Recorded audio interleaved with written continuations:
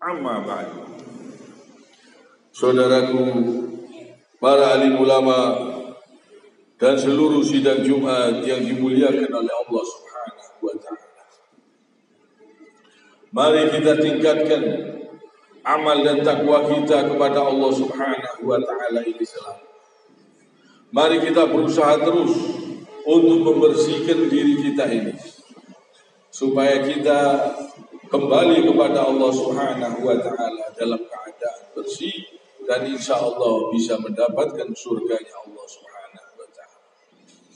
Nabi Adam waktu berbuat salah diturunkan dari surga oleh Allah Subhanahu wa ta'ala, diberi kalimat-kalimat untuk memohon ampun kepada Allah Subhanahu wa ta'ala, supaya dosanya diampuni dan supaya bisa kembali ke surga lagi.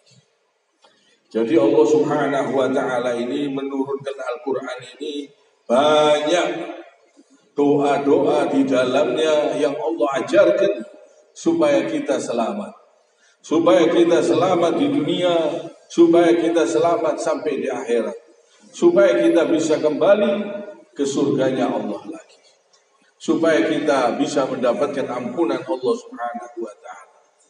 Diperintah oleh Allah Subhanahu wa ta'ala, diturunkan Nabi, diutus Nabi, diperintahkan sholat, dan di dalam sholat pun juga terdapat bacaan-bacaan, terdapat pujian-pujian kepada Allah Subhanahu wa ta'ala, dan terdapat doa-doa di dalam sholat itu yang isinya sangat istimewa, yang isinya bisa mendatangkan ampunan Allah Subhanahu wa ta'ala.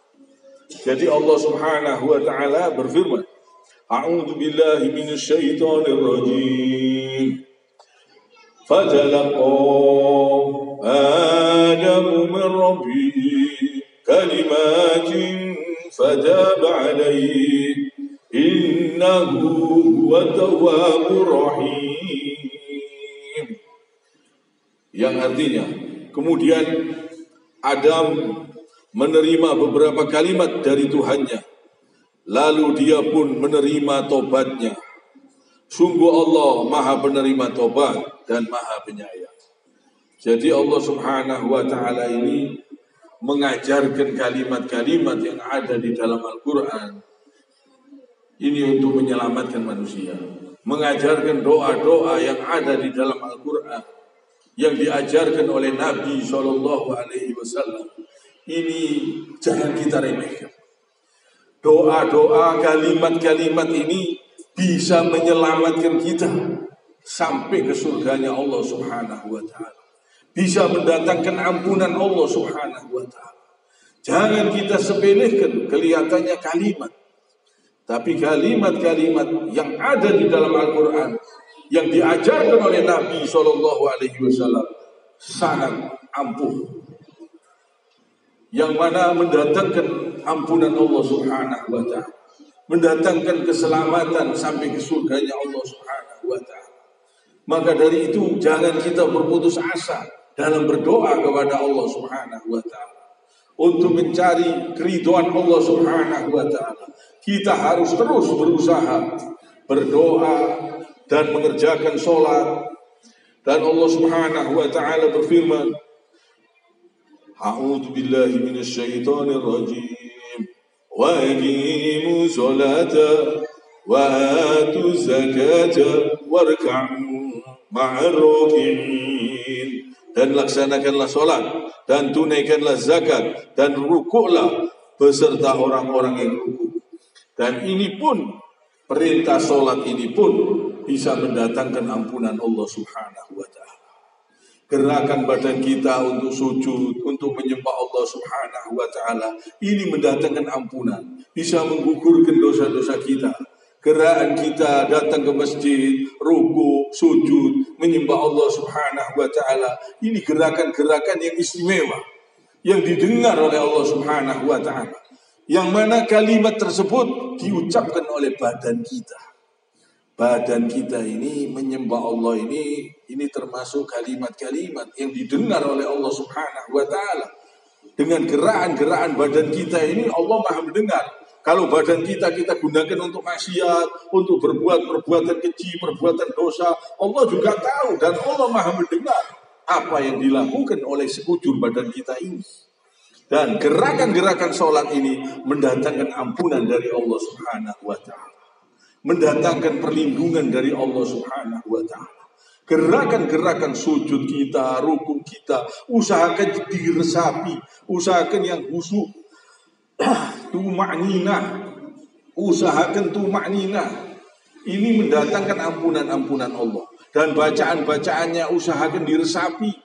Kalimat-kalimatnya yang ada di dalam sholat itu usahakan diresapi. Kalimat-kalimat tersebut bisa mendatangkan ampunan-ampunan Allah Subhanahu wa ta'ala. Pujian-pujian yang kita baca di dalam sholat itu sangat berat di dalam timbangan amal nanti di akhirat. Bisa mengangkat derajat kita dengan sujud-sujud yang kita lakukan, dengan bacaan-bacaan yang kita baca, dengan tumaknina, dengan istiqomah. Ini mendatangkan ampunan Allah Subhanahu wa ta'ala, insyaallah. Dan bisa mengangkat derajat kita. Dan usahakan yang khusyuk, yang tumaknina. Allah Subhanahu wa ta'ala juga berfirman, وَزَعِنُوا بِصَبْرِ وَصَلَاةِ وَإِنَّهَا لَكَبِيرَةٌ إِلَّا عَلَى الْخَاشِعِينَ.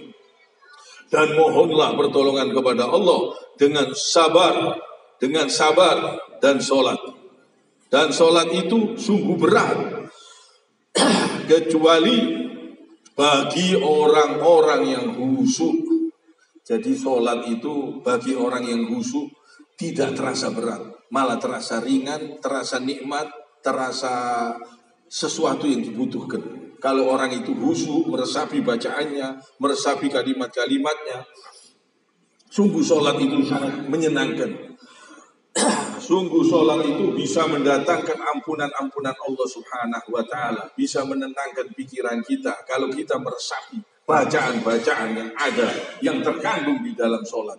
Jadi Allah perintahkan ini, semua ini untuk mendatangkan ampunan Allah Subhanahu wa ta'ala, supaya kita bisa selamat di dunia sampai masuk ke surganya Allah Subhanahu wa ta'ala.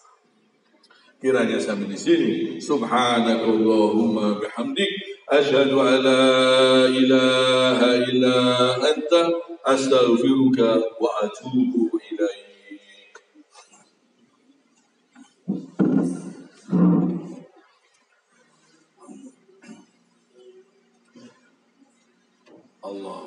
اللهم صل وسلم على سيدنا محمد وعلى آل سيدنا